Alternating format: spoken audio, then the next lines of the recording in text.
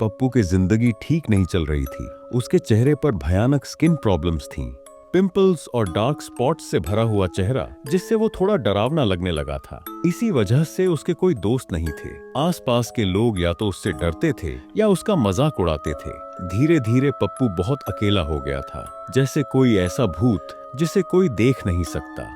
उसने खुद को एक अंधेरे कमरे में बंद कर लिया था और बाहर की दुनिया से पूरी तरह कट चुका था। कुणाल उसका इकलौता दोस्त था, इसलिए वो अक्सर उससे मिलने जाया करता था। हर बार पप्पू और भी सुस्त और डिप्रेस्ड दिखता था। उसकी टेबल पर कॉफी और कोल्ड ड्रिंक के ढेर सारे खाली कैन पड़े रहते थे। वो पूरा इंसान गंदा और ओनेली दिखता था। अब तो उसे इंटरनेट की बुरी लत लग गई थी। पूरा दिन नेट पर लगा रहता, कुछ भी ऐसा ढूंढता जो उसे थोड़ी सी भी एक्साइटमेंट दे सके। वो कहता कि इंटरनेट रियल वर्ल्ड से ज्यादा मजेदार है, वहां वो सब कुछ है जो असल जिंदगी में नहीं दिखता। लेकिन कुणाल जानता था कि पप्पू बस रियलिटी से भाग रहा है। एक दिन जब कुणाल उसके घर गया तो उसने देखा कि पप्पू एक अजीब सी वेबसाइट देख रहा था। पेज पर इंसानी बॉडी और हड्डियों की तस्वीरें थीं। देखकर ही कुणाल को घिन आ गई, लेकिन पप्पू थोड़ा एक्साइटेड था और उसकी आंखों में देखकर बोला, तू बता ये रियल है या फेक? कुणाल ने जवाब देने की जरूरत नहीं समझी।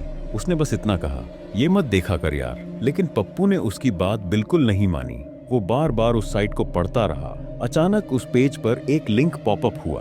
कुणाल को उसी वक्त समझ आ गया कि ये वेबसाइट शायद किसी गैर कानूनी प्लास्टिक सर्जरी जैसी चीज का हिंट दे रही है। दूसरों के चेहरों की स्किन निकालकर ट्रांसप्लांट करना। कुणाल को पूरा यकीन था कि ये साइट नकली है, शायद कोई फ्रॉड या धोखाधड़ी वाला जाल। लेकिन पप्पू ने बिना एक सेकंड गंवाए उस लिंक पर क्लिक कर दिया। कुछ दिनों बाद पप्पू गायब हो गया। उसे किसी ने नहीं देखा, यहाँ तक कि उसके घर वालों ने भी नहीं, जैसे वो इस दुनिया से ही गायब हो गया हो। उसका कोई नामो निशान नहीं था। लेकिन फिर कुछ अजीब होने लगा।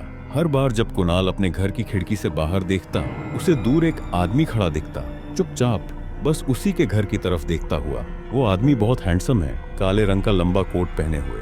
वो कुछ देर वहीं खड़ा रहता है, जैसे किसी गहरी सोच में हो, फिर अचानक बिना कोई आवाज किए गायब हो जाता है। शुरू में कुणाल को लगा कि शायद कोई रास्ता भटक गया होगा या आसपास कुछ काम से आया हो। लेकिन फिर एक दिन अचानक उसे पप्पू की याद आ गई। शायद दूर खड़ा वो आदमी पप्पू ही है, अपना चेहरा बदलकर वापस आया है। कुणाल आज भी पप्पू को मिस करता है और आज भी उसे यकीन है कि पप्पू कहीं ना कहीं जिंदा है। हर बार जब वो दूर खड़े उस आदमी को देखता है, कुणाल का दिल अचानक तेज धड़कने लगता है। क्या वो पप्पू है या फिर उस डरावनी वेबसाइट से जुड़ा कोई और रहस्य? कुणाल को इसका जवाब नहीं पता, लेकिन इतना वो जरूर जानता है, कुछ चीजें कभी सच में गायब नहीं होती।